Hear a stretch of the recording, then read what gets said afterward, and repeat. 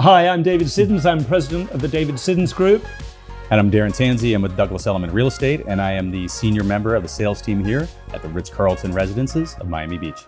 And this is a video exploring and explaining the project of the Ritz-Carlton in Miami Beach.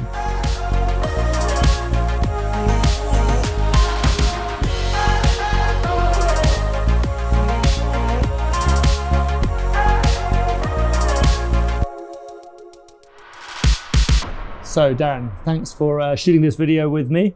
We've known each other for a really long time. We're going to keep this kind of easy and casual. What we're going to do is give everyone the information that they need about the Ritz-Carlton residences. I've seen it come up through the years. This is the first time I've really been able to appreciate the environment as we're sitting on this wonderful terrace outside of the common areas, looking out over this canal on a beautiful day on Miami Beach.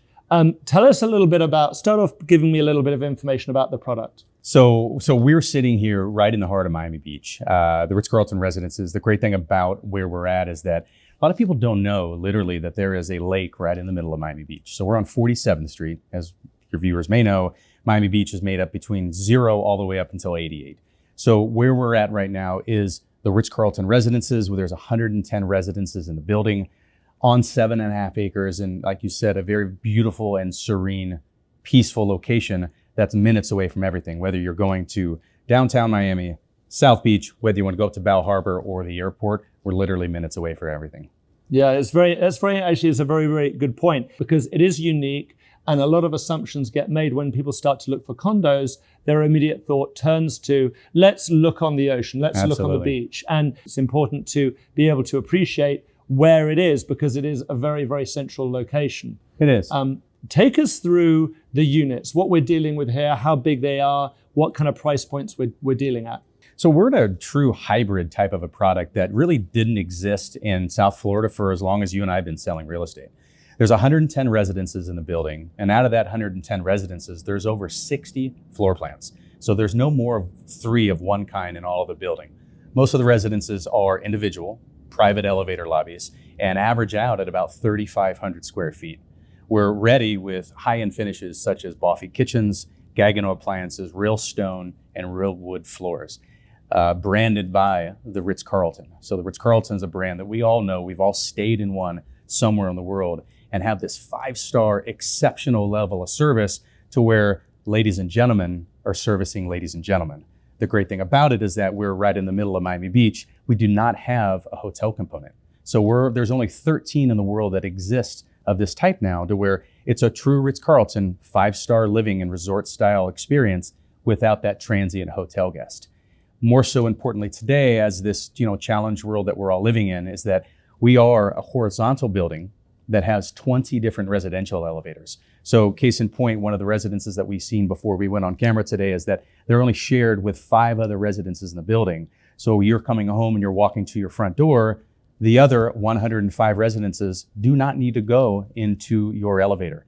Very important today when it comes to shared spaces, when it comes to individuality, privacy, security, and some people just don't like to wait for an elevator.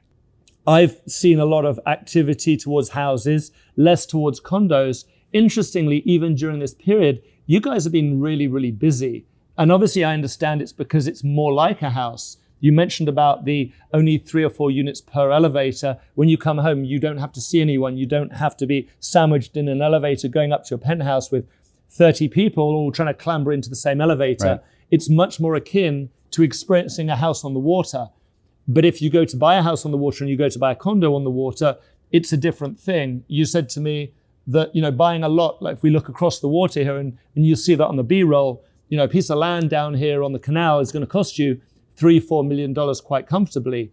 And if you have a 3,500 square foot apartment on the ground level looking out, it's all done brand new, you wouldn't be able to physically buy that. Economically, it would not be viable. But here it is. So that kind of fills the gap that we're kind of dealing with. You're exactly right. Take us through like some of those, the unit specifics and the numbers and what you've been seeing, because I'm obviously, talking off the cuff, but you're seeing it specifically. So tell me a little bit more about that.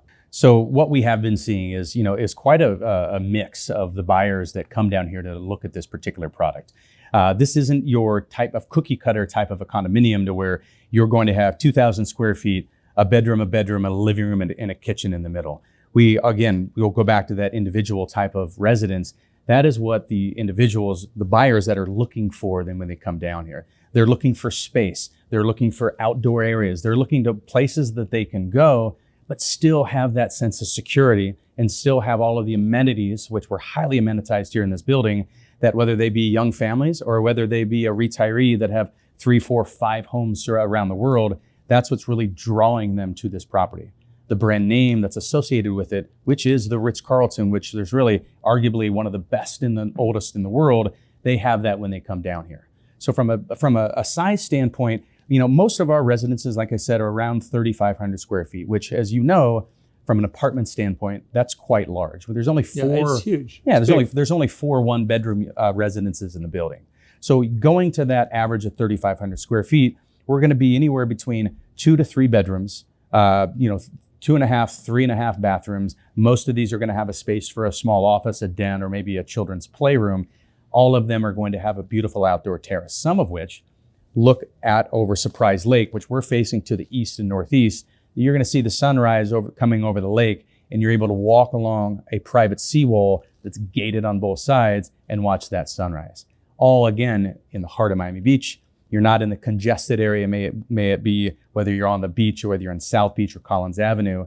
You're literally in a residential neighborhood, and we're a structure that had existed here before, so your views virtually will never be blocked. The tallest you can build in the area is about 40 feet. So once you start to get over that 4th floor, you're going to have views over to the ocean. You'll have views to downtown, to Biscayne Bay, and all around Miami Beach. You mentioned, interestingly, that I hadn't actually picked up on this before, but I'm glad you said it because it's got my brain working. There's only 4 1-bedroom units. Correct. The rest are bigger units. Yes. And so when we analyze our models and when we look at our Condo Geeks analytics and we flash up on the screen performance of different buildings, any building that has a high level of short-term leases and rentals tends to suffer the ebbs and flows of the economic cycle because they're investment-based product. So often what we'll deal with is you'll end up with investors when markets turn, they're the first guys out the door. This is designed to be more of a primary residence. It's Absolutely. low density. It's not hotel based. There is no hotel element to it, but you have all of that hotel service that goes with it. You're exactly right. So to your point, and when you look at that in terms of the individuals that have already bought into the building, that are residing in the building, these people came to this building because of the brand. They knew the Ritz-Carlton. They knew how this brand had performed in other cities and other locations, but they came here to live here. This wasn't an investor-driven type of building to where you find people had just put money here and they were going to flip it once the building closed. You'll look on the MLS and you look on Condo Geeks and you'll show how many residences are not for resale and how many residences are not for lease. You can only lease here for 6 months minimum. So while my phone rings every single day, I could probably rent 3 apartments per day, especially given the demand that we are now. It just doesn't exist because the owners want to keep those residences for themselves. Likely, they're not going to be using the residence for maybe more than 25 to 40% in the course of the year. But that's the best thing about this building is that the people that have come here, they like the fact that they're in a very close to everything else, but they're in a private, secure location where they can use amenities like this, like we're enjoying today, without any pressure. Perfect.